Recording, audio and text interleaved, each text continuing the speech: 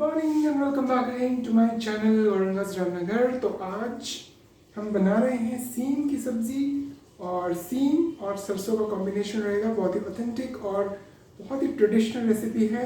तो इसको मैं बनाकर आपको बताता हूँ। तो अभी ना कुछ एक दो दिन पहले तबीयत थोड़ी सी डाउन थी, तो उसके बाद अभी थोड़ा सा रिकवर हुआ हूँ और अभी वीडियोस भी नहीं बनाया था। अभी 2-3 दिन बाद ही मैंने शुरू किया है। तो आई होप आप सब नाम जप कर रहे होंगे, गौरंग महाप्रभु का नाम ले रहे होंगे और उनकी नाम और स्मरण कर रहे होंगे। तो एक चैतन्य महाप्रभु की एक स्टोरी है, जिससे ये हम कह सकते हैं कि हमारे दिल में जब भगवान के प्रति ऑटोमेटिकली जब भक्ति भाव जागृत हो जाता है, तो उसके लक्षण अपने आप प्रकट होते हैं। हमें किसी भी तरह की कर्म कांड करने की आवश्यकता नहीं है। तो जब हमारे हृदय में भगवान के प्रति प्रेम उभरता है, तो हमारे कार्य जो मटेरियलिस्टिक कार्य हैं और स्पिरिचुअल कार्य हैं, वो अपने आप संपन्न हो जाते हैं। तो एक बार की बात है कि चैतन्य महाप्रभु रंग क्षेत्र में जो साउथ इंडिया गए थे, वो भ्रमण करते हुए, तो एक बार ना उनको एक भक्त मिला। एक भक्त था, वो मंदिर के कोने में बैठकर भजन कर रहा था और एक भगवत गीता की बुक थी, उसको देखकर वो काफ़ी रो रहा था। तो भगवत गीता, और उन्होंने ना उल्टी पकड़ रखी थी गीता। तो चैतन्य महाप्रभु उन्होंने कहा कि भाई क्या बात है, आप क्यों इस तरह से उल्टी किताब पढ़कर रो रहे हो, क्या रीज़न है? तो उन्होंने कहा कि मेरे गुरुदेव ने मुझे आज्ञा दी है कि आप भगवत गीता का पाठ करो, और मैं तो अनपढ़ हूँ, मुझे पता नहीं है मैं कैसे भगवत गीता का श्लोक समझ पाऊँगा और उनके सार को समझ पाऊँगा। लेकिन एक बात वो समझ पाए जो कि भगवत गीता का सार है। उन्होंने कहा, चैतन्य महाप्रभु ने कहा कि आप क्यों रो रहे हो? तो उन्होंने कहा कि मैं इस बात से रो रहा हूँ कि भगवान अपने भक्त के लिए सारथी बनने के लिए तैयार हैं, और हम हैं कि भगवान के प्रति एक दिन भी हमारा समर्पण नहीं है, हम एक मोमेंट के लिए भी उनको याद नहीं करते हैं। तो आपसे ये रिक्वेस्ट है कि भगवान का नाम जाप करें, उनका नाम स्मरण करें, और अपने आपके जितने भी भौतिक और स्पिरिचुअल कार्य हैं वो अपने आप ही होते जाएंगे। तो चैतन्य महाप्रभु ने कहा कि उनको उठाया, गले लगाया और कहा कि आप ही जो है मेरे भगवत गीता का सही सार समझ पाए हैं, आप भगवान को समझ पाए हैं कि भगवान अपने भक्तों के लिए क्या क्या कर सकते हैं। तो आप भी भगवान का स्मरण करें, नाम जप करें और भगवान का स्तुति करें। हरे कृष्णा, हरि बोल। तो फटाफट से रेसिपी की शुरुआत करते हैं। आप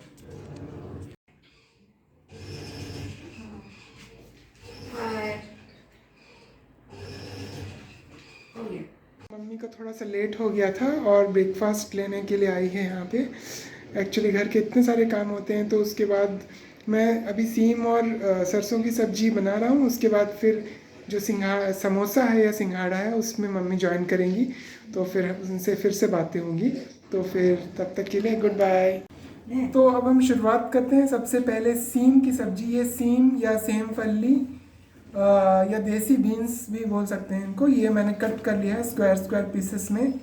तो वैसे तो नॉर्मल भी बन जाता है, अदरवाइज़ आप इसको बहुत सारे तरीक़ों से बना सकते हैं। हेल्दी एंड ग्रीन, जो ईस्टर्न रेसिपी में ये बहुत ज़्यादा इंक्लूड रहता है, इसको बहुत सारे टाइप से बना सकते हैं। इसको हम सरसों के साथ बनाएंगे। सरसों को पीस कर ब्लेंड कर मैंने रख दिया है यहाँ पे सरसों।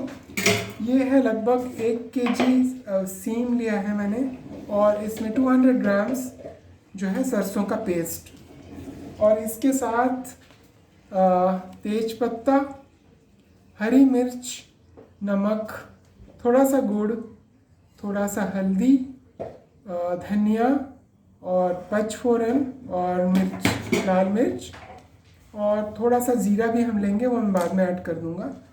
और इसके अलावा टमाटर और मिर्च, बस इतना ही इंग्रेडिएंट्स है। बेसिक इंग्रेडिएंट्स है एंड बेसिक रेसिपी है, लेकिन बहुत ही ज़्यादा टेस्टी होता है।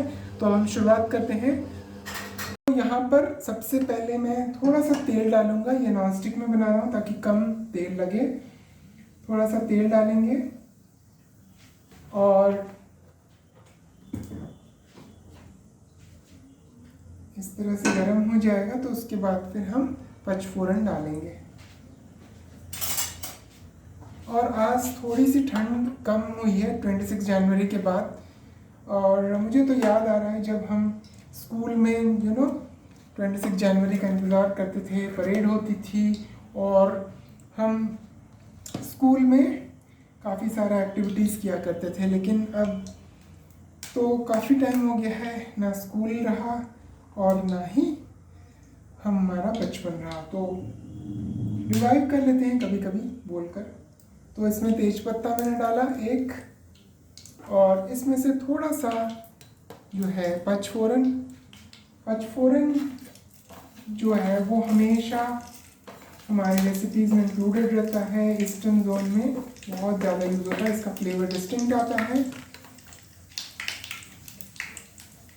और 2-3 दिन से मेरी भी तबीयत ठीक नहीं थी, पेट में थोड़ी सी गड़बड़ी सी लग रही थी, ठंड के कारण आई थिंक होता है ये। तो ऐसा जब फ्लेवर बाहर आ जाए ना, बहुत ही अच्छा फ्लेवर इसका आ रहा है, ऑथेंटिक, मतलब बहुत अच्छा लगता है मुझे ये तो फ्लेवर।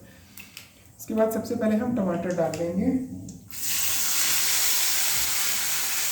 ठीक है, टमाटर के साथ हम सूखी काली मिर्च लाल मिर्च मैं यूज़ नहीं कर रहा हूँ, क्योंकि भोग में लाल मिर्च यूज़ नहीं करते हैं, तो यहाँ पे हरी मिर्च यूज़ कर रहे हैं। और ये जब तक पकेगा इसमें हम थोड़ा सा पक जाए, उसके बाद फिर हम इसमें सेम मिलाएंगे और फिर बाकी मसाले मिलाएंगे और लास्ट में हम सरसों को मिलाएंगे ब्लेंड करके। तो इसको आप ना इस टाइप की सब्ज़ी जो होती है आप भोग में यूज़ कर सकते हैं। अभी सरस्वती पूजा आ रहा है, सरस्वती पूजा में भी आप बना सकते हैं इस तरह के भोग। तो हर एक एरिया की अलग अलग डेलिकेसीज होती है। यहाँ पे हम इस तरह के रेसिपीज़ ज़्यादा बनाते हैं, जो बेसिक रेसिपीज़ रहती है वो हमें बहुत पसंद है और खाते भी हैं लोग। हेल्दी रहती है तो कोई ज़्यादा टेंशन नहीं रहता है, हेल्थ इश्यूज़ नहीं रहती है।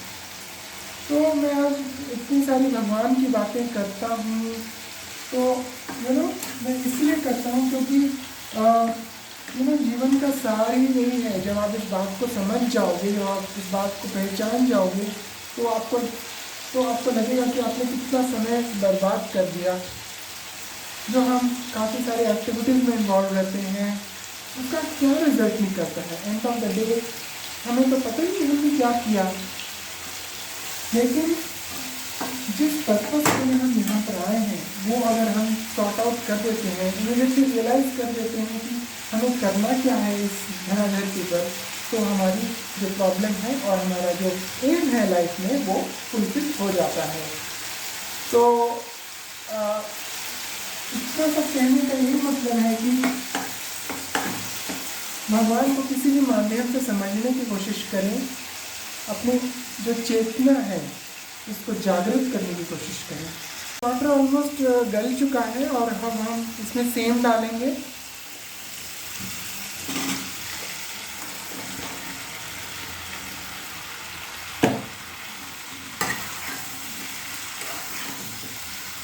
देखिए कितना सुंदर कलर आ रहा है, ग्रीन एंड फ्रेश।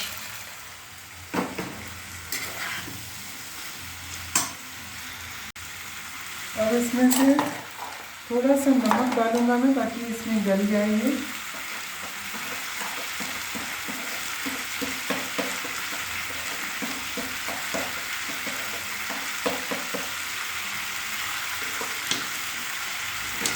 और लास्ट में सरसों की बारी होती है। आप चाहे तो खसखस से भी बना सकते हैं, जिसको पोस्तो बोलते हैं, पोस्तो। और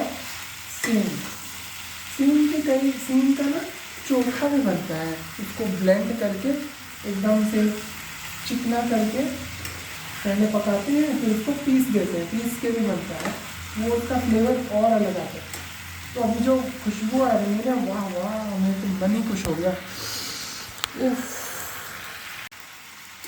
तो जितने भी मसाले हैं मैं फिर से आपको बता देता हूँ। यहाँ पे जीरा है, ये पेपरिका पाउडर है, एक्चुअली रेड चिली हम नहीं यूज़ करते हैं, और ये हल्दी है, ये धनिया है, और ये गुड़ का पाउडर है। तो इन सबको मैं मिक्स करके एक साथ, अब चाहे तो थोड़ा सा पानी में मिलाकर डाल सकते हैं, क्योंकि ऑलरेडी इसमें मॉइस्चर है तो कोई बात नहीं, इसको मैं डायरेक्ट डाल दूँगा। ये मैंने डाल दिया है।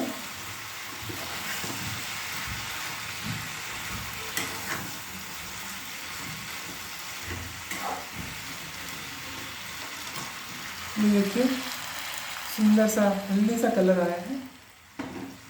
और इसके बाद मैं इसको थोड़ा सा ढक दूंगा ताकि ये सिमर हो जाए और इसमें थोड़ा सा ये पक जाए। उसके बाद फिर मैं सरसों डालूँगा। ज़्यादा भी पकने के बाद नहीं डालेंगे, क्योंकि फिर सरसों को पकने में भी टाइम लगता है, इसीलिए हम इसको जब आधा पक जाए उसके बाद हम सीम डालेंगे, सॉरी सरसों डालेंगे इसमें। तो अब सीम आधा पक चुका है और इसमें मैं सरसों मिलाकर इसको भी पकाऊंगा ताकि इसका कच्चापन दूर हो जाए। ये अभी मैं मिक्स कर रहा हूँ।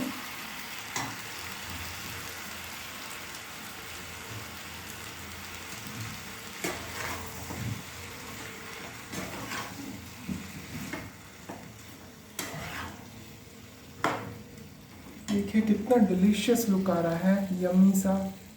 इसका कलरफुल कलर कितना सुंदर लग रहा है।